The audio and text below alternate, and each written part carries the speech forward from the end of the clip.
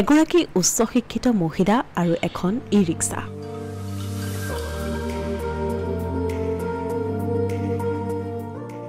মহিলাগৰাকীৰ ই-ৰিক্সাখন বৰ্তমান চৰ্চাৰ বিষয়।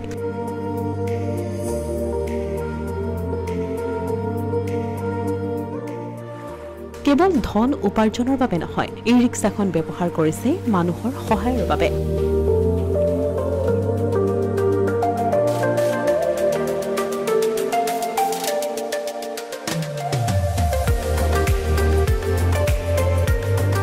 গোটৰ পৰা ঋণ লৈ ক্ৰয় কৰা ই-ৰিক্সাখন ধন উপাৰ্জন কৰাৰ বাবে নচলাই মহিলাগৰাকীয়ে।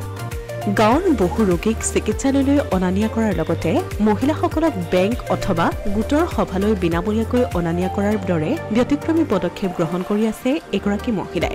গহপুৰ সমজিলাৰ ডুবিয়া গাঁও পঞ্চায়তৰ ২ নং ৱাৰ্ড সোণালীবৰী গাঁৱৰ এগৰাকী শিক্ষিত মহিলাৰ নাম ছায়া বৰা। নিজৰ ই-ৰিক্সাখনেৰে অঞ্চলটোৰ বহুসংখ্যক লোকক বিনামূলীয়াকৈ চিকিৎসালয়লৈ অনা নিয়া কৰি নিস্বাৰ্থভাৱে সহায়ৰ হাত আগবঢ়াই অহা মহিলাগৰাকীৰ শিক্ষাগত অৰ্হতা হৈছে BA DLED। এটা সাধাৰণ ঘৰতেই বসবাস কৰি থকা ছায়া বৰাৰ ঘৰত বিদ্যুৎ সংযোগ নথকাত বেলেগৰ ঘৰতে চাৰ্জ দিয়ে নিজৰ ই-ৰিক্সাখন। আনফালে ছায়া বৰাৰ স্বামী প্ৰণৱ বৰাই পৰিয়াল চলোৱাৰ তাগিদাত বহিৰাজ্যত কৰ্মৰত হৈ আছে ছিকিউৰিটি গাৰ্ড হিচাপে। সোণালীবৰী গাঁৱৰে ত্ৰিবেণী মধ্য ইংৰাজী বিদ্যালয়ত 18 বছৰে বিনা বেতনে শিক্ষকতা কৰি চাকৰিৰ নিয়মীয়াকৰণ নোহোৱা ছায়া বৰাই ইতিমধ্যে বন্ধ হৈ পৰা বিদ্যালয়খনতে শতাধিক ছাত্ৰ ছাত্ৰীক নিজাববীয়াকৈ শিক্ষাদানো কৰি আহিছে। নিজৰ ই-ৰিক্সাৰে ৰাইজক বিনামূলীয়াকৈ সহায়ৰ হাত আগবঢ়োৱাৰ প্ৰতিদান স্বৰূপে ৰাইজে ছায়া বৰাক এইবাৰ পঞ্চায়ত নিৰ্বাচনত এগৰাকী ৱাৰ্ড সদস্যা প্ৰক্ষেপ কৰিছিল, যাৰ ফলশ্ৰুতিত ছায়া বৰাই ডুবিয়া গাঁও পঞ্চায়তৰ ২ নং ৱাৰ্ড সোণালীবৰীৰ পৰা ভালেসংখ্যক ভোটৰ ব্যৱধানত জয়যুক্ত হয়।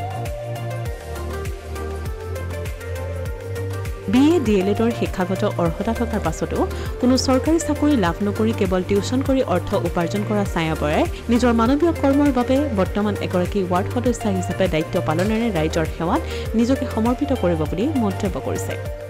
স্নাতক উত্তীৰ্ণ, লগতে মই DLED কৰিছিলোঁ বিশ্বনাথ চাৰিআলি ডায়েটত, আৰু মই অবৈতনিকভাৱে 18 বছৰ অবৈতনিক খাটিছিলোঁ সোণালীবৰী ত্ৰিবেণী মধ্য ইংৰাজী বিদ্যালয়ত।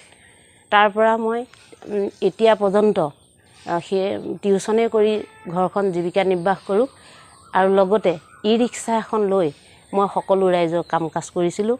মই সকলো অসুখীয়া মানুহক মই কোনো পইচা পাতি নোলোৱাকৈ তেওঁলোকৰ মই চিকিৎসালয়লৈ লৈ গৈছিলোঁ।